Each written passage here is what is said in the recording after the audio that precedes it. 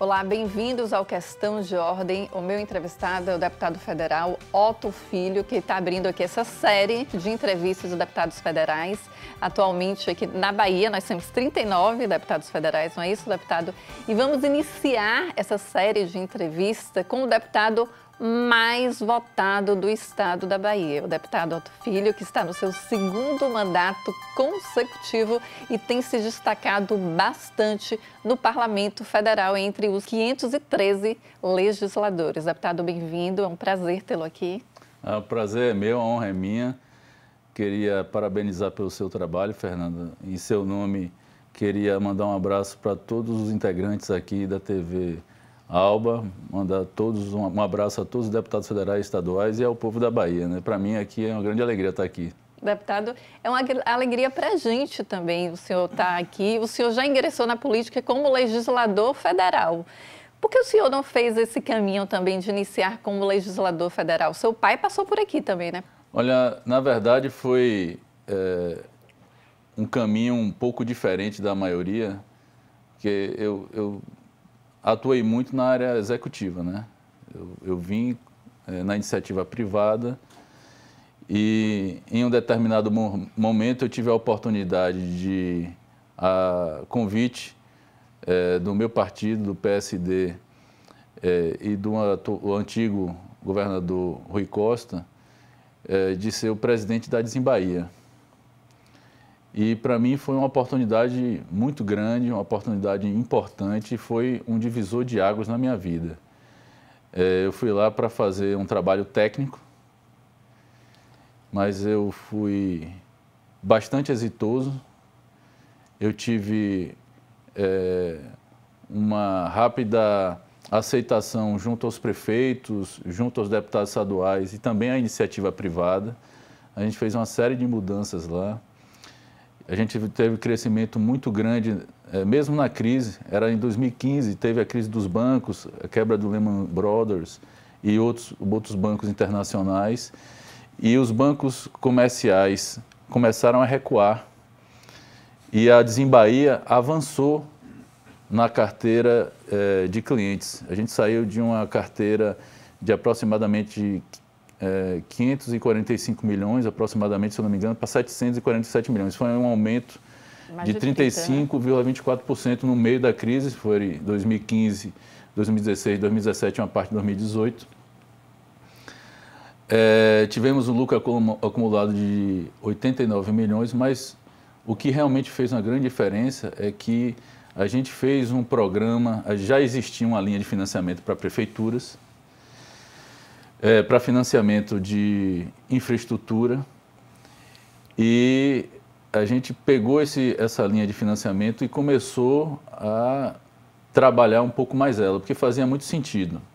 Primeiro porque ela tinha boas garantias, a garantia é o Fundo de Participação dos Municípios, a intenção era boa, é fazer infraestrutura para os municípios, e muitos deles estavam com dificuldade na época. Então, a gente financiou muito pavimentação, drenagem, saneamento, construção de escolas, e é um trabalho bem minucioso, saúde, né, deputado? E a forma que o senhor fala, ela é bem específica e muito técnica, que muita gente que, por exemplo, pode estar assistindo a gente percebe a forma técnica que o senhor está falando, porque o senhor é formado em administração e também se especializou no Canadá. E eu vi que o senhor se especializou em gestão de fundos e investimentos também. É um tema difícil também, né, deputado? Eu fiz um curso técnico no Canadá para investimento e gerenciamento de risco. Depois eu fiz outros cursos, pós-graduações. Eu tenho uma em Política e Estratégia pela Escola Superior de Guerra, em parceria com o NEB. Eu tenho também uma voltada para Auditoria e Controladoria, uma pós também nessa área. E a última foi na Desembaía. A gente participou de um programa em parceria com a FESP São Paulo e a London School of Economics e criamos a primeira pós-graduação do Brasil em parcerias públicas, privadas e concessões. Por quê? Porque o governo do estado da Bahia, ele foi pioneiro nas parcerias públicas privadas, principalmente na área de saúde. Então, não sei se vocês sabem, meus amigos, mas a Bahia é um case de sucesso na área de parcerias públicas-privadas, principalmente na questão dos hospitais. E quem faz a gestão desses fundos, que nós temos os fundos de garantia, foi justamente a Desembahia, em parceria com o governo do estado, através da Secretaria da Fazenda. Mandar um grande abraço ao meu amigo Manuel Vitório, aprendi muito com ele. Secretário de Administração. E na Secretaria da Fazenda, você tem uma equipe especializada em parcerias públicas-privadas e na Desembahia também. E aí eu comecei a trabalhar bastante na Desembahia. A gente implantou um sistema de meritocracia, uma governança bem adequada, um sistema de meritocracia e produtividade. Meritocracia é chegar por mérito. Isso. E como é que conseguia, deputado? Olha, muita gente acha, político, muita gente acha que não é possível. Sim. Mas basicamente o que a gente fez foi privilegiar aqueles que realmente queriam trabalhar e dar resultado. Entendi. Então nós fizemos uma mudança grande. E com essa mudança, a gente conseguiu realmente fazer com que a empresa se desenvolvesse. A Desembahia começou a aumentar sua carteira, a reduzir o seu índice de inadimplência. Quando eu cheguei lá, a gente chegou com um índice de inadimplência de 5,6. Recentemente, eu acho que não agora, mas acho que foi o ano passado, a gente conseguiu até 0,7. Já é uma redução grande. Absurda. Você tem uma ideia, os bancos normalmente estão nessa faixa de 1, 1,5, às vezes 2 e tal. Então, a gente teve bons resultados. Mas o maior resultado, o resultado realmente que fez a diferença, foi o bem que a gente fez para a Bahia. Fazendo com que investimentos fossem realizados em distritos e povoados pobres, tirando as pessoas do barro e da lama, através de pavimentação e drenagem, construção de escolas, unidades de saúde. Então, assim, a gente utilizou os recursos da Desembahia para financiar bons projetos das prefeituras e também financiar bons projetos na iniciativa privada.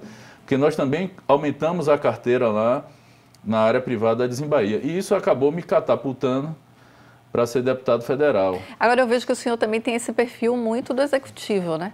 O senhor falou aí em construções, infraestrutura, construção de escolas, de saúde.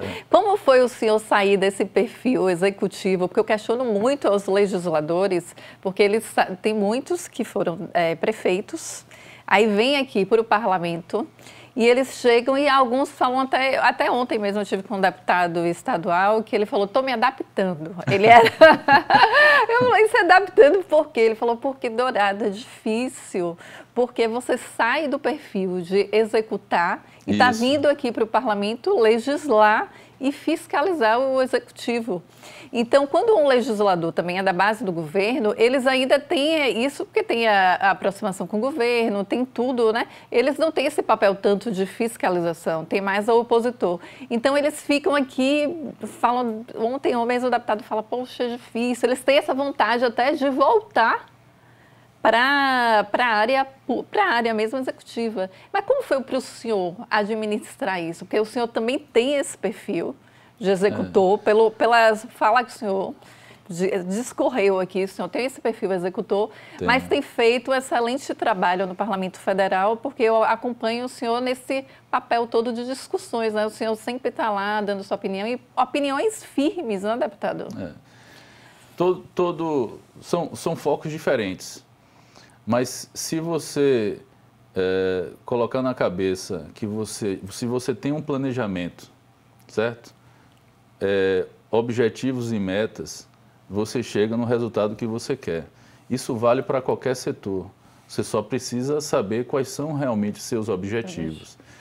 Então, na área executiva, obviamente, você tem como foco realizar investimentos que vão fazer com que a população tenha uma saúde de qualidade, uma educação de qualidade pública, investimentos em infraestrutura para melhorar a qualidade de vida das pessoas, seja fazendo extensão de rede de energia, extensão de rede de água, saneamento, enfim.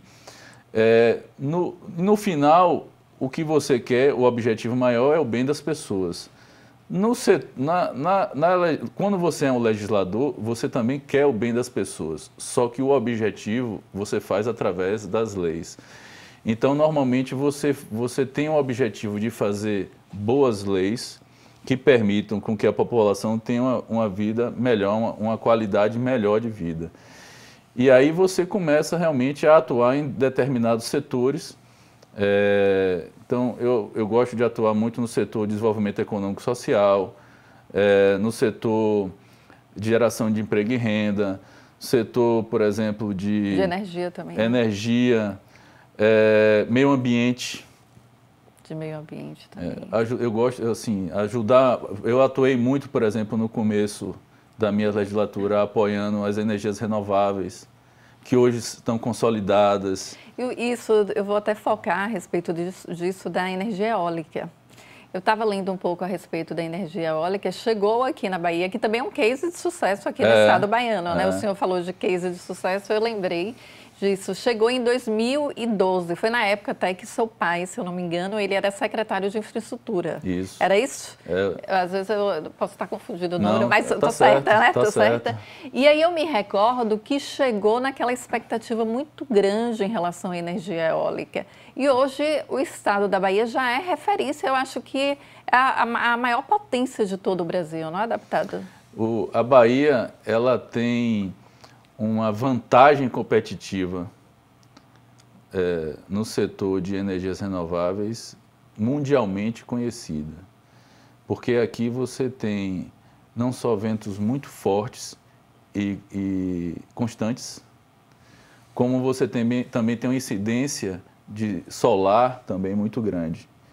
E isso faz com que a Bahia ela seja vista pelo mundo todo como a meca, vamos dizer assim, da energia renovável. E não é só na energia eólica e na solar, né? Nós temos agora a possibilidade de viabilizar também outros tipos de energia, como hidrogênio verde. Agora foi aprovado no Senado o projeto que viabiliza e beneficia esse setor. E no início da minha legislação, eu atuei muito nessa parte de energias renováveis, meio ambiente, tentando, por exemplo, fazer projetos para apoiar o pequeno produtor rural, na área de desenvolvimento, fortalecimento da indústria brasileira, dos micro e pequenos empresários. Então, assim, você tem muita coisa para fazer, né? Não dá nem para sentir falta do executivo, né, deputado? Não, tem muita coisa para fazer, muitos projetos importantes para aprovar. A gente aprovou agora na Câmara a reforma tributária. Para mim foi uma grande vitória. Deputado, a gente vai falar rapidinho, após o intervalo, a respeito da reforma tributária. Claro. A gente volta já já.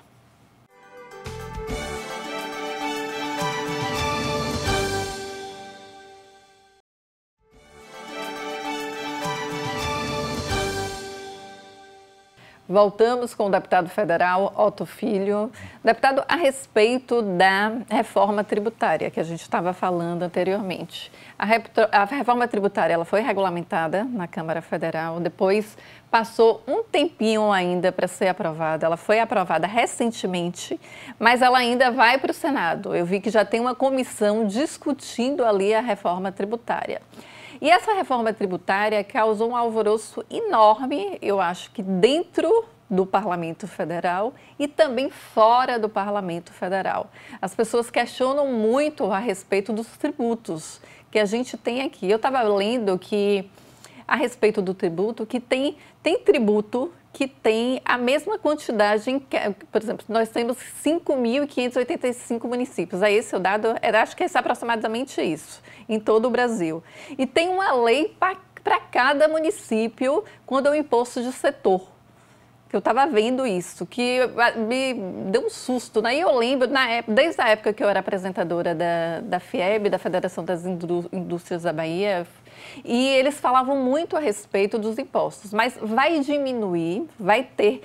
Meu questionamento é o seguinte, com a reforma tributária, a reforma deixou mais transparente, o imposto vai ser mais reduzido. O que é que acontece, deputado? Porque há diversos questionamentos na reforma tributária e o Senado já disse que a reforma não vai ficar do jeito que chegou lá, que chegou do Parlamento Federal. Ou seja, eles vão mexer a reforma novamente e vai voltar para os deputados federais aprovarem mais uma vez. Estou certa?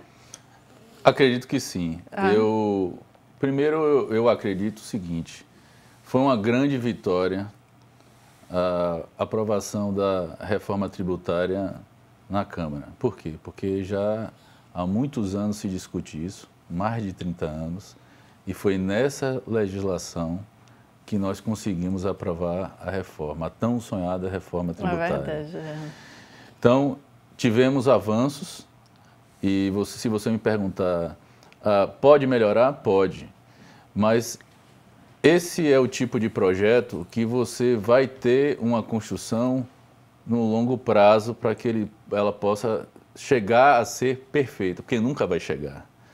É óbvio que você vai ter alguns questionamentos de alguns setores, porque foram, vamos dizer assim, tiveram que ser carregados com a questão dos impostos. Mas o mais importante é o seguinte, primeiro, a gente simplificou o sistema tributário. Então, isso não se pode negar. E deu transparência, né? Isso já é um grande avanço. Você vai ter transparência agora na questão da cobrança dos impostos. Segundo, a população mais carente, ela foi contemplada. E no dia da votação, eu lutei muito para que a gente pudesse incluir a carne e as proteínas na cesta básica. Eu ia questionar justamente essa foi uma vitória muito grande. Parabéns, deputado. Eu digo a você que eu, pessoalmente, fiz questão de conversar com todas as lideranças lá, com o relator, lutamos muito. Dentro do PSD, eu fiz coro para que a gente votasse contra, inclusive, o relator, que é do PT, mas votando a favor. Da inclusão da carne. E depois o PL fez uma emenda. Né, sobre a carne, e a gente conseguiu depois, com muita pressão, convencer o relator a incluir no projeto. Então, essa também foi uma grande vitória. Você tem setores que tiveram uma redução de 40%, de 60% e outros não. A grande questão é que você hoje vai ter a possibilidade de trabalhar daqui para frente numa condição de clareza, de transparência, sabendo que a população mais carente ela foi privilegiada, que o setor de consumos teve uma redução dos impostos. Porque é importante isso? Porque o setor de consumos é o que mais acarreta a população. Então, você reduziu os impostos sobre consumo, né? Você vai ter essa possibilidade. Provavelmente vai carregar mais em serviços e em outros setores. Então, alguns deles realmente vão chiar. Até o equilíbrio, né, deputado? O equilíbrio fiscal. Mas, no geral, no final, você tem um equilíbrio do que era antes, na questão, estou dizendo, no imposto, no geral. Mas você tem uma simplificação maior e daqui para frente, a gente vai poder fazer uma regulação melhor daquilo que foi pesado demais e tal. Isso é natural. Ali dentro da Câmara, você tem uma quantidade imensa de interesses, né? De todos os setores, seja qual for. Do sindicato à maior empresa, dos setores de grandes portes, você tem lá uma pressão muito grande. No meu caso, eu sempre tento privilegiar o máximo possível a população mais carente, né, para que a gente possa fazer com que essas pessoas elas tenham a condição de ter uma vida mais confortável e, obviamente, apoiar a indústria, os pequenos empresários, o desenvolvimento de negócios, a geração de emprego e renda, mas com um equilíbrio, né, com democracia tributária, vamos dizer assim. E o que o governo queria realmente no início era justamente isso. Na primeira discussão que eu tive com o Haddad, a primeira coisa que eu perguntei a ele foi essa. Qual era o objetivo dele nessa reforma, além da simplificação? E eu perguntei sobre a questão dos impostos sobre consumo. Perguntei para saber, através da resposta dele, se a gente estaria privilegiando a população mais carente ou não. E logo ele respondeu: olha, Otto, meu interesse maior é que a gente tenha uma redução sobre os impostos de consumo, porque esses é o que realmente, né, pesam mais no bolso da população, e provavelmente a gente vai carregar um pouco mais em serviços, porque realmente tem mais margem, né? E assim a gente conseguir fazer um equilíbrio, algo mais democrático na cobrança de impostos. Eu acho que a gente atingiu o objetivo, com certeza absoluta o Senado vai fazer algumas mudanças. O senhor acredita que o Senado vai mexer em relação às proteínas, deputado? Não. O senhor acha que não? Não, eu acho que bom. Eu acho que o Senado vai manter. Se eu pudesse apostar, eu diria assim, olha, eu aposto que o Senado vai manter a carne e as proteínas na cesta básica. Que ótimo. Eu acho difícil isso acontecer. Então, ótimo. Agora, já que o senhor falou aí do ministro da Economia, Fernando Haddad, eu não poderia deixar de falar a respeito, porque essa semana teve muita repercussão, o ministro, né? Ele que foi ministro da Educação, já foi prefeito de São Paulo. Respeito muito o Fernando Haddad, já entrevistei ele durante a pandemia no meu próprio Instagram. Preparado. Eu achei ele de uma gentileza absurda, muito educado, um político muito educado, muito atuante. Várias pessoas entraram na live, uns questionavam, outros batiam, outros não, e ele sempre daquela forma respeitosa, né? Então, eu acho que ele está fazendo um excelente trabalho. Mas eu não tenho como deixar de falar que há diversas críticas também, porque a população está dizendo que ele está como se fosse uma fúria arrecadatória. Qual a opinião do senhor? Tiveram muitos memes viralizaram também na internet. Qual a opinião do senhor a respeito disso? Porque o governo diz que o que estão fazendo em relação a Haddad é porque, provavelmente, ele é o herdeiro político de Lula e estão querendo desgastar a imagem dele. Qual a opinião do senhor a respeito, deputado? Olha, um item que eu posso dizer que realmente existe uma preocupação minha é o imposto seletivo. Por quê? Porque o imposto seletivo permite que em determinados setores você aumente ou diminua os impostos. Mas quem controla esse aumento? Aí vai ser uma definição do governo federal. Então, o imposto seletivo é algo que eu acredito que não deveria ser tão liberal assim, né? Talvez seja necessário, talvez sim, mas eu acredito muito que isso deveria, o imposto seletivo deveria ser, por exemplo, a gente poderia ter o imposto seletivo aprovado, mas que só fosse aumentar a possibilidade, né? Sim. Mas com autorização na Câmara. Entendi. Entendeu? Para você, porque quando você transfere isso para o governo federal, entendeu? Vai muito de acordo com o executivo. Mas não é para todo o setor. É para alguns setores específicos que não têm, por exemplo, benefício. É algo seletivo mesmo, né? Agora, então, algo bem seletivo. Agora, como é feita essa seleção, deputado?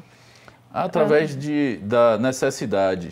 Entendi. Né? Então, você tem, por exemplo, vou dar um exemplo, cesta básica, extremamente necessário para a população.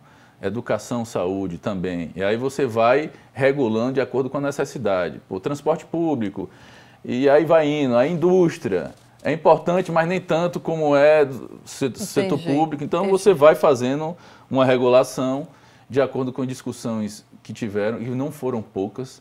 Alguém chegar assim e dizer, não teve tempo para discutir, não é verdade. Você discutiu demais. Foram 30 anos discutindo, já vinham discutindo, né, deputado? E também muitas comissões, em comissões especiais, teve, assim, cada partido definiu um líder dentro do partido para discutir, No nosso partido foi o deputado federal Gastão, que foi bastante atuante. Então, todos os partidos trabalharam muito, discutiram muito sobre o assunto. A gente conseguiu avanços muito grandes, quer manter os benefícios, por exemplo, para as santas casas, para as igrejas. Então, a gente teve muitas vitórias. No geral, eu posso dizer, para o povo brasileiro, eu tenho orgulho de dizer que participei da aprovação da reforma tributária no Brasil, sabe? Para mim, eu vou botar no meu currículo. Deputado, é igual participar da Constituinte. É tipo isso, não né? Não é verdade, deputado? Imagina você fazer parte da história, porque faz parte da história. Você dizer que você, né, uma coisa que está aí há 30 anos em discussão 30 anos. E no seu mandato você consegue aprovar, para mim é uma grande alegria. Mas eu posso ser sincero para você, ela é perfeita? Não. Não tem como ser perfeita, né? Você pode alcançar, você pode chegar próximo da perfeição, mas não vai ser de uma hora para outra. Por quê? E por isso que a reforma tributária, ela vai ser implantada aos poucos. Existe uma programação. Diz que até 2077. Isso. Então, até lá, muita coisa pode mudar, mas o importante é que a base, ela está bem definida, né? Os impostos serão simplificados, a população mais carente está assegurada, os recursos públicos e o que é mais importante para a população está assegurado. Então, sim, tem alguns setores que são importantes demais para a população mais carente. Educação, saúde, energia, água, né? Petróleo, gás. Então, tem setores que fazem muita diferença no bolso da população. Esses setores a gente precisa ter um controle maior. Eu sou totalmente favorável às privatizações, por exemplo. Mas tem alguns setores que eu acho que, por exemplo, você não deve privatizar totalmente. Por quê, deputado? Porque você aí não tem a visão social. Vou dar um exemplo. Hoje nós estamos tendo problemas com as concessionárias de energia. E se, por acaso, ela fosse uma empresa, uma economia mista, como é a Petrobras, de capital aberto, você poderia ter a gestão privada eficiente, mas com a visão social. Porque hoje nós ainda precisamos investir nas extensões de rede de energia. A mesma coisa acontece, por exemplo, com as concessionárias de água e saneamento. A Embasa faz um bom trabalho? Faz. Mas poderia ser bem melhor se ela fosse de capital aberto. Se ela tivesse o tamanho, por exemplo, de uma Petrobras da vida e a capacidade de investimento, hoje a gente poderia estar mais avançado com as extensões de rede de água, com as extensões de rede de saneamento. Agora, e saneamento é saúde, né? Explica só para as pessoas o que é o capital aberto, deputado, de forma mais... Você tem uma empresa, por exemplo, de capital aberto, como a Petrobras, né, que tem suas ações,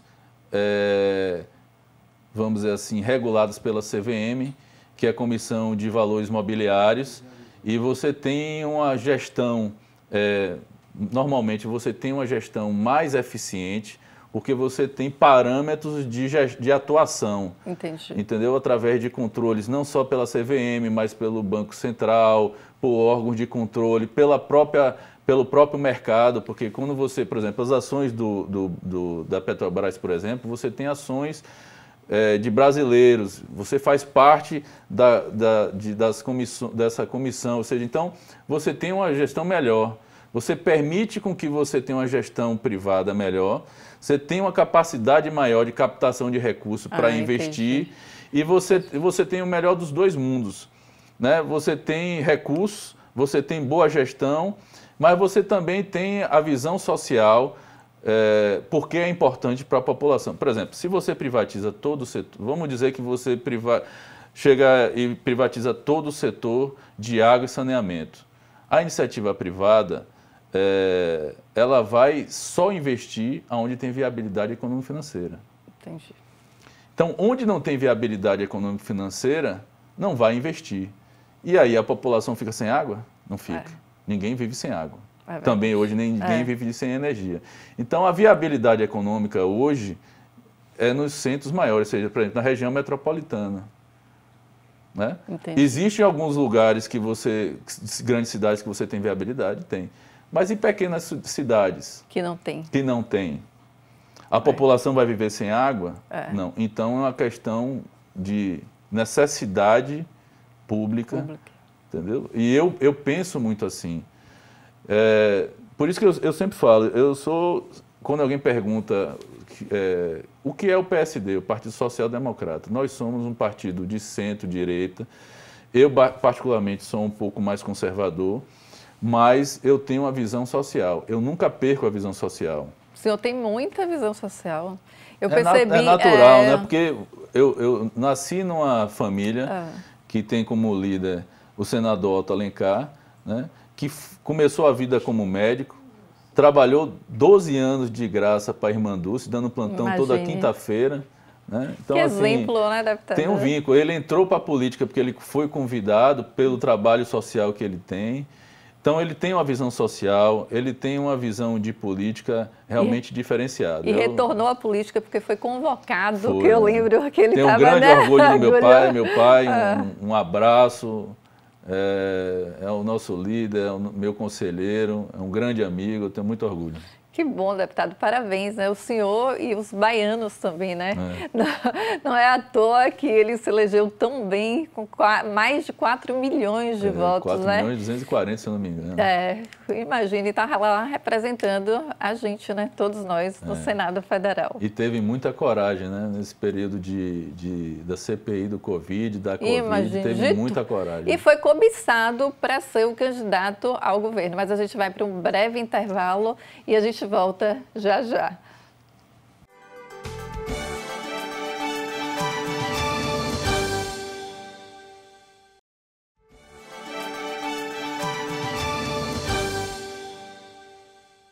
Voltamos com o deputado federal Otto Filho. Deputado, mais uma vez, muito obrigada pela sua participação aqui. Eu que agradeço. Nosso primeiro deputado federal sendo entrevistado aqui nesse programa, né, que a gente vai ser uma série. O deputado federal mais votado pelo estado da Bahia, com mais de 200 mil votos. É uma responsabilidade muito grande, né, deputado? Muito grande. Porque quando você para assim para pensar, imagine 200 mil votos. É uma grandiosidade, maior que muitas cidades, maior até que a minha cidade, Irecê, que tem 80 mil habitantes. O que o senhor representa lá também, representa muito bem, que é muito bem quisto em toda a região, que ali concentra são 22 municípios, né, circunvizinhos, e a população de Irecê não, de toda a região é como se fosse 450 mil habitantes. Eu brinco que Irecê, se tivesse, porque para virar metrópole, tem que ter, eu já pesquisei isso para até pedir a alguns legisladores por Irecê, você acredita? Só que diz que tem que ter um número de 1 milhão de habitantes. Eu falei, poxa, ainda está faltando um pouquinho, vai nascer mais gente, vai se tornar. Então, eu queria saber do senhor a respeito do PSD. O senhor falou no bloco anterior, já iniciou falando a respeito. É um partido novo, mas que nasceu grande. O PSD nasceu grande. Porque eu me recordo que ele já nasceu com a presença de figuras muito importantes, como seu pai, como Kassab, não é verdade? Como vários outros. E aqui no estado da Bahia, o PSD tem muita força política, é inegável. Dos 417 municípios baianos, tem mais de 110 prefeituras, é o partido que tem mais prefeitos, tem 2 senadores, tem secretários, tem o senhor que foi o deputado federal mais votado, tem os deputados estaduais também, tem a deputada federal. Ivana Bastos, que foi a mais deputada votada da Bahia. Isso, Ivana Bastos. Tem o deputado estadual, que é o presidente daqui do Legislativo, que é o deputado estadual Adolfo Menezes, que é muito bem quisto aqui no parlamento. Então, tem uma força gigantesca. Como é administrar todo esse partido? Eu sei que quem administra é o seu pai, que é o presidente, mas o senhor é filho do senador e tem uma responsabilidade grande, porque as pessoas, obviamente, não tem como. Te cobram também e devem te comparar. Mas, pelo menos no meu posicionamento, na minha visão política e na minha análise política, eu acho que o senhor tem até o mesmo perfil assim, do seu pai. Eu não sei se eu estou enganada, mas esse perfil, esse eu tenho certeza, que é o perfil sério, de responsabilidade, de resolver, de atender as pessoas. Mas o outro perfil político, como é o deputado Otto Filho? Se o senhor foi muito cobrado, deputado, já que o senhor tem pouco tempo na vida pública, né? Está no segundo mandato consecutivo, não é tanto tempo assim. Alguns jornalistas já me perguntaram algumas vezes sobre essa questão da relação minha e do meu pai, porque por ele ter uma força muito grande, por ele ser um líder muito benquisto, se eu sentia uma pressão muito grande, uma responsabilidade muito grande. Eu disse que não e continuo dizendo que não, porque eu não vim para substituir meu pai. Ele é insubstituível. Mas eu vim para manter os valores dele na política. Eu ia falar justamente isso, que eu acho que o senhor não sente essa cobrança porque o senhor segue os mesmos princípios e os valores do seu pai. Não é? Então, assim, eu sigo os ensinamentos dele, da minha mãe, da minha família, sabe, de ser temente a Deus, de ter coragem para fazer o que é certo e justo, de ter humildade, de ter resiliência, de trabalhar muito, de levar as coisas a sério, de ter responsabilidade, de procurar aprender, ser mais sábio. Então, assim, eu procuro todos os dias fazer o meu melhor e tomar minhas decisões com base nesses valores.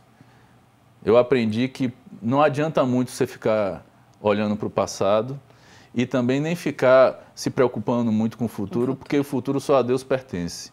Então você tem que focar no seu presente.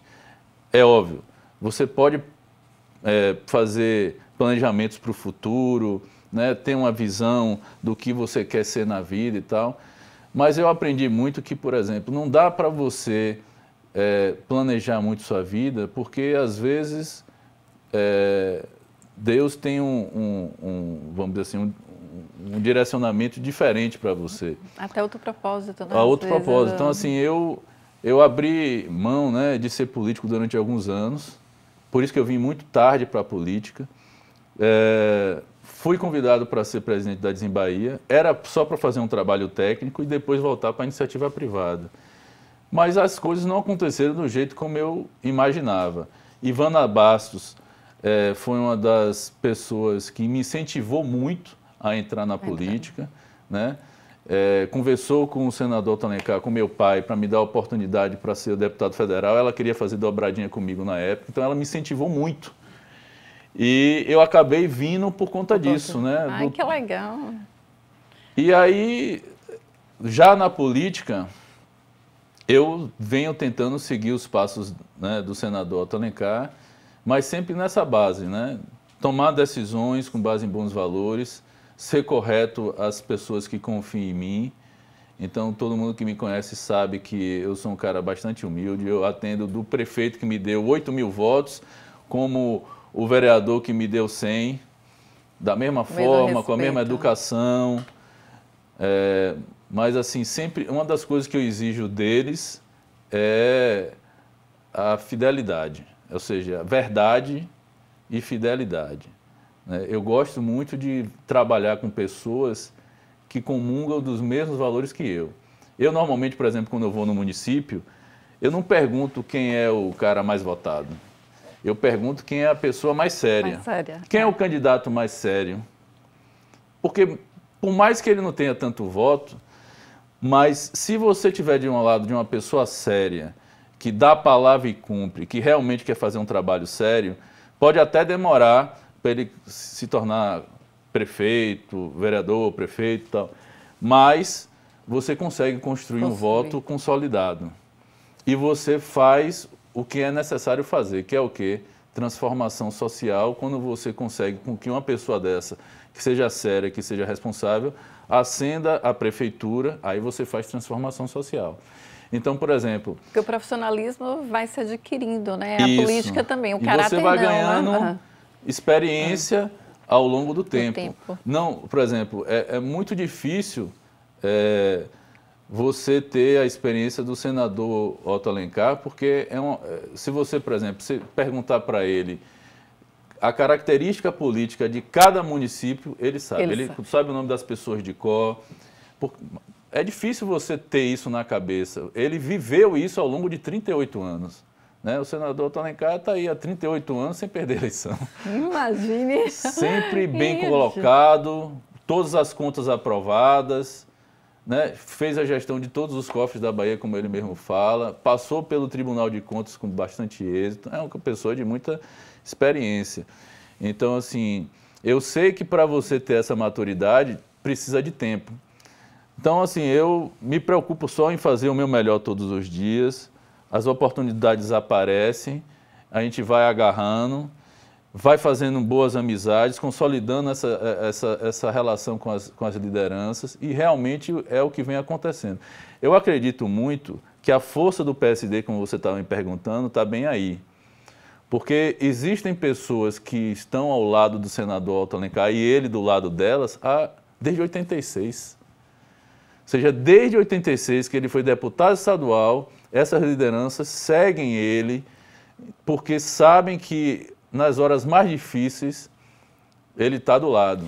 Não, e o interessante, deputado, porque eu estou aqui no parlamento há 22 anos, eu entrei muito jovem aqui, ainda estudante de jornalismo. E o que eu vejo, eu ouço muitos bastidores, eu ouço os deputados do PT, do PSD, do antigo DEM, do União Brasil, então eu sei de todos os bastidores e eu nunca ouvi um legislador falando: a Otto Alencar não foi leal, o Otto Alencar não... E nem um político, nem um prefeito. Acho que o que define muito, o que todos dizem assim de forma unânime é: ele tem palavra. Ele é leal. Isso. Então, acho que isso é como se fosse É uma marca. É uma marca, né? Pronto, o senhor falou bem. É uma marca e isso é bonito, né? É bonito de se ouvir. Então, desde esse período que eu estou aqui, eu vejo todo mundo falando isso, do PT à União Brasil. Eu também sigo muito essa questão. Eu digo assim, se a gente dá a palavra, a gente não volta atrás de jeito nenhum. E a gente tem muito a característica de ser firme, né? Ter posicionamento e manter a nossa decisão, a nossa palavra. Isso é importante, né? Tanto na política como na iniciativa privada, né? E na vida, né, deputado? Na vida, na vida toda a gente tem que... Porque a gente honra, a gente tendo palavra e respeitando as pessoas é a forma de honrar. Mas, deputado, infelizmente o nosso tempo acabou. Eu gostaria de passar muito mais tempo aqui conversando com o senhor. Não deu tempo de falar sobre as eleições na Câmara Federal, que está pegando fogo. Não deu tempo também de falar sobre as eleições daqui do Parlamento Estadual, que também já está pegando fogo. Mas uma próxima oportunidade, com certeza, vamos retornar aqui com o senhor para entrevistá-lo. Para mim foi uma grande honra tê-lo aqui no Parlamento Estadual. O primeiro deputado federal sendo entrevistado aqui, o legislador mais votado dos 39 deputados federais e representando muito bem o estado da Bahia. Então, muito obrigada, deputado. Foi um prazer, foi um enorme prazer tê-lo aqui com a gente. Obrigado, Fernanda. Mais uma vez, em seu nome, agradecer a todos aqui da TV Alba, a vocês que estão nos assistindo. Meu muito obrigado e sigam a gente nas redes sociais. Vejam o nosso trabalho. Deputado. É ottofilho.oficial. A gente vai nos colocar ajudem, acompanhem. Obrigada, deputado. A gente fica por aqui. Até o próximo programa.